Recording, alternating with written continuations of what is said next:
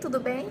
Meu nome é Harumi e hoje eu vou dar 10 dicas de como passar numa prova de mestrado na seleção de inglês. Bem, por que eu resolvi fazer esse vídeo? Recentemente eu fui submetida a 2 provas de mestrado e que por eu ter tido inglês fraco no ensino médio, não ter feito curso de inglês nenhum, eu senti assim, uma necessidade muito grande de algo que fosse instrutivo, principalmente voltado para o mestrado, e que eu não consegui achar.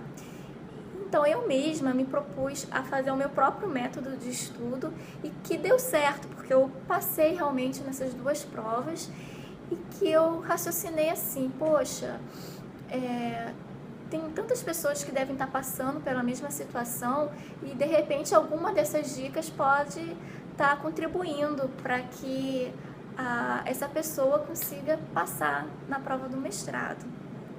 Para quem não sabe, o que seria um mestrado?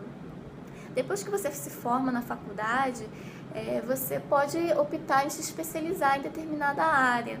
Em uma ordem crescente, a gente tem a pós-graduação, né, lato sensu, que é uma especialização. Depois vem o mestrado, o doutorado e o pós-doutorado. E, bem, qual seria a minha primeira dica? Seria a forma de você estudar. Porque geralmente a gente está muito habituado a estudar como se fosse pré-vestibular. Não que seja ruim, mas que não vai te ajudar muito a passar numa prova de mestrado. Porque qual é a diferença?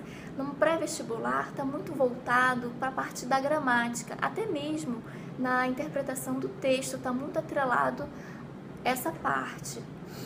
E já na prova do mestrado, eles querem saber se você entende um artigo em inglês, se você compreende. E tanto é que as perguntas e as respostas são em português. E não vai adiantar você começar a pegar música para poder estudar inglês, porque isso te ajudaria muito se fosse assim, um exercício de conversação ou então de se habituar a algumas palavras comuns. Mas no mestrado, eles cobram muito a parte científica. São as palavras que não se escuta muito no dia a dia e nas conversas. E muito menos numa música romântica, né? Que vai ter palavras mais como amor, coração. E que não caem muito essas palavras no mestrado, né? Bem, a dica número 2 é: pesquise palavras-chave da sua área de atuação. Se você trabalha na área da saúde, procure as palavras que são mais habituais e procure o significado delas, vamos dizer assim, a palavra em inglês, como se diz, né? Se você trabalha, seu estudo, né, voltado para o direito, procure aquelas palavras em inglês que tenham a probabilidade de cair no artigo que é voltado para o direito. Então, dessa forma, você vai acabar se habituando com as palavras comuns da sua área. E quando bater o olho, tiver o artigo, você já vai saber o significado, tá? A dica 3, estudos conectivos. Porque, embora a prova do mestrado ele não peça muita gramática, se ele pedir, é o conectivo. As palavras conectivas em português são exemplos, né? Contudo, porém, entretanto, assim, então, mas. São palavras que vão dar o significado daquela frase. Se a frase é uma contradição, se está complementando uma ideia, e vai fazer toda a diferença na interpretação.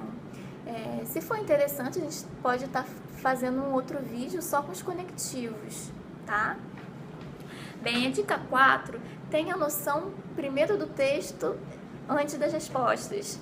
E vai ser uma polêmica essa dica, porque geralmente os professores instruem primeiro você ler as perguntas e depois você lê o texto. Mas comigo funciona ao contrário. Eu gosto de ter uma noção do texto primeiro, antes de ler as perguntas. Porque quando for ler a pergunta, eu vou estar sabendo mais ou menos aonde caçá-las. Então, no meu caso, meu específico, acredito que essa forma seja melhor para mim. Bem, a dica número 5 é pega a ideia central de cada parágrafo. Isso vai te ajudar muito a ter a noção do texto inteiro. Você vai fragmentá-lo por parágrafo. Um exemplo, o primeiro parágrafo está falando sobre a bactéria multiresistente. O segundo parágrafo está falando sobre a mortalidade, sobre determinada doença. E o terceiro parágrafo está falando de educação e saúde. Então, depois, você vai ter uma noção de cada parágrafo e depois, logo, do texto inteiro. Isso vai te ajudar muito, porque quando você for procurar a resposta, você vai saber mais ou menos em que lugar você procurar, tá?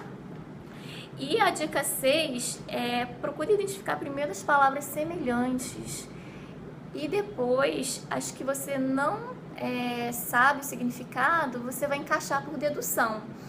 Como assim? Geralmente a gente perde muito tempo com aquelas palavras que a gente não sabe e aquilo desespera e parece que você não está entendendo nada. Mas vamos raciocinar de outra forma. Se você procurar as palavras que você sabe ou aquelas que parecem com português, você vai notar que grande parte dessas palavras você pode estar entendendo.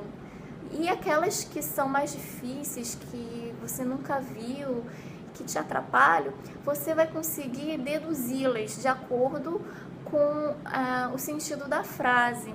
E por ser um artigo de uma área que você já está assim, acostumado e que você quer se especializar, vai ser até de uma forma assim, mais fácil, porque você já vai ter assim, uma noção do assunto, tá? Bem, a dica número 7 é busque abstratos de artigos científicos para estudar. Eu gosto muito de colocar no Google Acadêmico e procurar artigos do Cielo, do Caderno de Saúde Pública, também tem de faculdade, né, como a USP, que tem revista científica, que são mais fidedignas.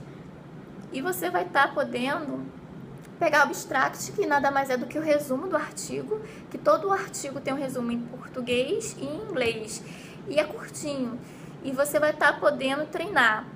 Com o tempo, você vai passar de um abstract até procurar um artigo inteiro escrito em inglês, e você vai se habituar a isso, tá bom? Bem, 8. Evite o uso de dicionário na hora do treino de interpretação, porque a gente acaba querendo traduzir palavrinha por palavrinha no dicionário. Apesar que algumas instituições permitem o dicionário, em geral eles não permitem. E mesmo que eles deixem usar, é uma perda de tempo ficar palavrinha por palavrinha, né? Que isso não vai te ajudar muito. Então, primeiro, você se foca em tentar ter uma ideia das frases. No final de tudo, quando você lê o artigo que você está estudando, aí sim, você vai e procura no dicionário, procura no Google Translate, né, o significado, porque aquela palavra vai martelar tanto na sua mente que depois que você souber o significado, vai ser mais difícil de você esquecer, tá? Dica número 9. Treine transformar uma frase em outra utilizando palavras diferentes sem que perca